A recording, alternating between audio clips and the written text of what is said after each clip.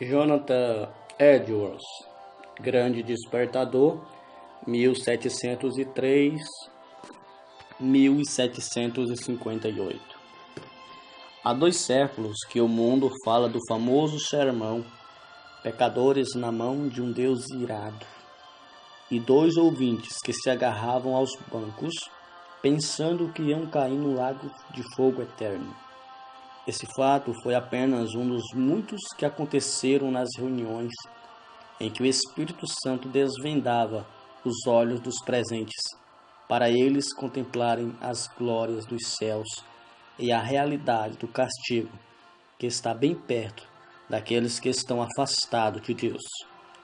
Jonathan Edwards, entre os homens, era o vulto maior nesse avivamento, que se intitulava O Grande Despertador. Sua vida é um exemplo destacado de consagração ao Senhor para o desenvolvimento maior do intelecto e, sem qualquer interesse próprio, de deixar o Espírito Santo usar o mesmo intelecto como instrumento nas suas mãos. Amava a Deus não somente de coração e alma, mas também de todo o entendimento. Sua mente prodigiosa apoderava-se das verdades mais profundas. Contudo, sua alma era de fato um santuário do Espírito Santo sobre a aparente calma exterior. Ardia nele o fogo divino como um vulcão. Os crentes atuais devem a este herói graças à sua perseverança em orar e estudar sobre a direção do Espírito, a volta às várias doutrinas e práticas da igreja primitiva. Grande é o fruto da dedicação do lar em que Edwards nasceu e se criou. Seu pai foi o amado pastor de uma só igreja durante um período de 64 anos. Sua piedosa mãe era filha de um pregador que pastoreou uma igreja durante mais de 50 anos. 10 das irmãs de Jonatas, 4 era mais velha do que ele e 6 mais nova. Muitas foram as orações que os pais ofereceram a Deus para que o único e amado filho fosse cheio do Espírito Santo e que se tornasse grande perante o Senhor. Não somente orava assim, fervorosa e constantemente, mas mostrava-se igualmente zeloso em criá-lo para Deus. As orações à volta da lareira os estimularam a se esforçarem, e seus esforços redobrados os motivaram a orarem mais fervorosamente. O ensino religioso e permanente resultou em Jonatas conhecer intimamente a Deus quando ainda criança. Quando Jonatas tinha 7 ou 8 anos, houve um despertamento na igreja de seu pai, e o menino acostumou-se a orar sozinho 5 vezes todos os dias e a chamar outros da sua idade para orarem com ele. Citamos aqui as suas palavras sobre este assunto. A primeira experiência de que me lembro de sentir no íntimo a delícia de Deus e das coisas divinas foi ao ler as palavras de 1 Timóteo, capítulo 1, versículo 7. Ora, ao Rei dos séculos, imortal, invisível, ao único Deus, seja a honra, glória para todo sempre. Amém. Sentia a presença de Deus até arder o coração e abraçar a alma de tal maneira que não sei descrevê-la. Gostava de passar o tempo olhando para a lua e de dia a contemplar as nuvens e os céus. Passava muito tempo observando a glória de Deus revelada na natureza e cantando as minhas contemplações do Criador e Redentor. Antes me sentia demasiado assombrado aos ver os relâmpagos e ouvir a troar do trovão. Porém, mais tarde eu me regozijava ao ouvir a majestosa e terrível voz de Deus na trovoada. Antes de completar 13 anos, iniciou seu curso em Yale College, onde no segundo ano leu atentamente a famosa obra de Locke, Ensaio sobre o Entendimento Humano. Vê-se nas suas próprias palavras acerca desta obra o grande desenvolvimento intelectual do moço. Achei mais gozo nisso do que o mais ávido avarento em ajuntar grandes quantidades de ouro e prata de tesouros recém-adquiridos. Edwards, antes de completar 17 anos, diplomou-se no Yale College com as maiores honras. Sempre estudava com esmero, mas também conseguia tempo para estudar a Bíblia diariamente. Depois de diplomar-se, continuou seus estudos em Yale durante 2 anos e foi então separado para o ministério. Foi nessa altura que seu biógrafo escreveu acerca de seu costume de dedicar certos dias para jejuar, orar e examinar-se a si mesmo. Acerca da sua consagração, com a idade de 20 anos, Edwards escreveu: "Dediquei-me solenemente a Deus e o fiz por escrito, entregando a mim mesmo e tudo que me pertencia ao Senhor, para não ser mais meu em qualquer sentido, para não me comportar como quem tivesse direito de forma alguma, travando assim uma batalha com o mundo, a carne e Satanás até o fim da vida." Alguém assim se referiu a Jonatas. Sua constante e solene comunhão com Deus, em secreto, fazia com que o rosto dele brilhasse perante o próximo, e sua aparência semblante, palavras e todo o seu comportamento eram acompanhados por seriedade, gravidade e solenidade. Aos 24 anos, casou-se com Sarah Pierpont, filha de um pastor, e desse lance nasceram, como na família do pai de Edwards, 11 filhos. Ao lado de Jonathan Edwards, no grande despertamento, estava o nome de Sarah Edwards, sua fiel esposa e ajudadora em tudo. Como seu marido, ela nos serve como exemplo da rara intelectualidade, profundidade estudiosa, inteiramente entregue ao serviço de Deus. Ela era conhecida por sua santa dedicação ao lar, pelo modo de criar seus filhos e pela economia que praticava, movida pelas palavras do Criador, para que nada se perca. Mas, antes de tudo, tanto ela como seu marido era conhecido por suas experiências em orações. Fazia-se menção destacada especialmente de um período de 3 anos, durante o qual, apesar de gozar de perfeita saúde, ficava repetidas vezes sem forças por causa das revelações dos céus. A sua vida inteira foi de intenso gozo no Senhor. Jonathan Edwards costumava passar 13 horas todos os dias estudando e orando. Sua esposa também diariamente o acompanhava na oração. Depois da última refeição, ele deixava toda a lida a fim de passar 1 hora com a família. Mas quais as doutrinas de que a igreja havia esquecido? Quais que Edwards começou a ensinar e a observar de novo com manifestações tão sublimes?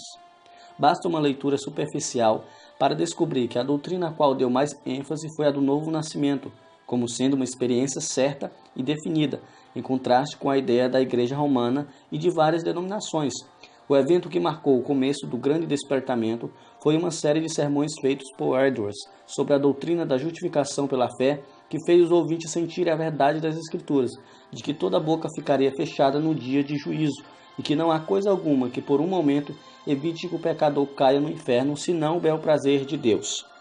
É impossível avaliar o grau do poder de Deus derramado para despertar milhares de almas para a salvação, sem primeiro nos lembrarmos das condições das igrejas da Nova Inglaterra e do mundo inteiro nesta época. Quem até hoje não se admira do heroísmo dos puritanos que colonizaram as florestas da Nova Inglaterra? Passara, porém, essa glória e a igreja, indiretamente e cheia de pecados, se encontrava face com o maior desastres. Parecia que Deus não queria abençoar a obra dos puritanos, obra que existia unicamente para a sua glória. Por isso, no mesmo grau que havia coragem e ardor entre os pioneiros, houve entre os seus filhos perplexidade e confusão. Se não pudessem alcançar de novo a espiritualidade, só lhe restava esperar o juízo dos céus. O famoso sermão de Edwards, Pecadores na mão de um Deus irado, merece menção especial. O povo, ao entrar para o culto, mostrava um espírito leviano, e mesmo de respeito diante dos 5 pregadores que estavam presentes. Jonathan Edwards foi escolhido para pregar. Era homem de 2 metros de altura. Seu rosto tinha aspecto quase feminino e o corpo magro de jejuar e orar, sem quaisquer gesto, encostado um braço sobre a tribuna, segurando o manuscrito na outra mão, falava em voz monótona. Discursou sobre o texto de Deuteronômio 32, capítulo 32, versículo 35, ao tempo em que resvalar os pés. Depois de explicar a passagem, acrescentou que nada evitava por um momento que os pecadores caíssem no inferno, a não ser a própria vontade de Deus. Que Deus estava mais encolerizado com algum dos ouvintes do que com muitas pessoas que já estavam no inferno. Que o pecado era como um fogo encerrado dentro do pecador e pronto, com a permissão de Deus, a transformar-se em fornalha de fogo e enxofre, e que somente a vontade de Deus, indignados, guardava da morte instantânea. Prosseguiu então aplicando o texto ao auditório. Aí está o inferno com a boca aberta. Não existe coisa alguma sobre o qual vós vos possa afirmar e segurar. Entre vós e o inferno existe apenas a atmosfera. Há atualmente nuvens negras da ira de Deus pairando sobre vossas cabeças, predizendo tempestades espantosas com grandes trovões. Se não existisse a vontade soberana de Deus, que é a única coisa para evitar o impeto do vento até agora, séries de destruidores e vos tornareis como a palha da eira. O Deus que vos segura na mão sobre o abismo do inferno, mais ou menos como o homem segura uma aranha ou outro insensato nojento sobre o fogo, durante um momento para deixá-los cair depois de estar sendo provocado em extremo. Não há quem admira se algum de vós com saúde e calmamente sentados aí nos bancos passarem para lá antes de amanhã. O resultado do sermão foi como se Deus arrancasse um véu dos olhos da multidão para contemplar a realidade e o horror da posição em que estavam. Nessa altura, o sermão foi interrompido pelo gemido dos homens e os gritos das mulheres. Quase todos ficaram de pé ou caíram no chão. Foi como se um furacão soprasse e destruísse uma floresta. Durante a noite inteira, a cidade de Enfield ficou como uma fortaleza sitiada.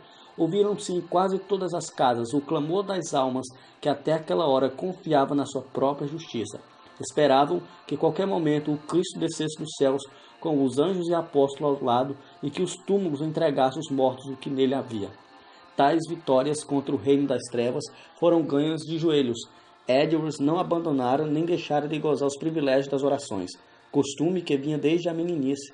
Continuou a frequentar também os lugares solitários na floresta, onde podia ter comunhão com Deus. Como um exemplo, citamos a sua experiência com a idade de 34 anos, quando entrou na floresta a cavalo. Lá, prostrado em terra, foi-lhe concedido ter uma visão tão preciosa da graça, amor e humilhação de Cristo como mediador, que passou uma hora vencido por uma torrente de lágrimas e pranto. Como era de esperar, o maligno tentou anular a obra gloriosa do Espírito Santo no grande despertador. Atribuído todo ao fanatismo em sua defesa, Edwards escreveu: Deus, conforme as Escrituras, faz coisas extraordinárias. Há motivos para crer, pelas profecias da Bíblia, que a sua obra mais maravilhosa seria feita nas últimas épocas do mundo. Nada se pode opor às manifestações físicas, como as lágrimas, gemidos, gritos, convulsões, faltas de força. De fato, é natural esperar ao lembrarmos da relação entre o corpo e o espírito, que tais coisas aconteçam. Assim fala as Escrituras do carcereiro que caiu perante Paulo e Silas, angustiado e tremendo, do salmista que exclamou sobre a convicção do pecado: envelheceram os meus ossos pelo meu bramido durante o dia todo. Salmo 32, capítulo 32, versículo 3. Dos discípulos que na tempestade do lago clamaram de medo da noiva do cântico dos cânticos, que ficou vencida pelo amor de Cristo até desfalecer.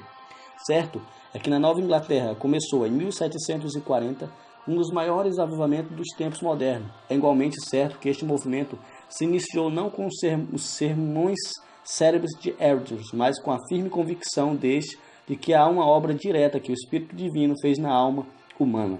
Note-se bem, não foram seus sermões monótonos, nem a eloquência extraordinária de alguns como George Whitefield, mas sim a obra do Espírito Santo no coração dos mortos espiritualmente, que começaram a Nupto, espalhou-se por toda a Nova Inglaterra, pelas colônias da América do Norte, chegando até a Escócia e a Inglaterra, de uma época de maior decadência. A Igreja de Cristo, entre a população escassa da Nova Inglaterra, despertou e foram arrebatadas de 30 a 50 mil almas do inferno durante um período de 2 a 3 anos. No meio das suas lutas, sem ninguém esperar, a vida de Jonathan Edwards foi tirada da terra. Apareceu a varíola em Princeton e o hábil médico foi chamado de Filadélfia para inocular os estudantes. O nosso pregador e duas de suas filhas foram também vacinados. Na febre que resultou, as forças de nosso herói diminuíram gradualmente até que um mês depois faleceu. Assim, diz um de seus biógrafos, em todo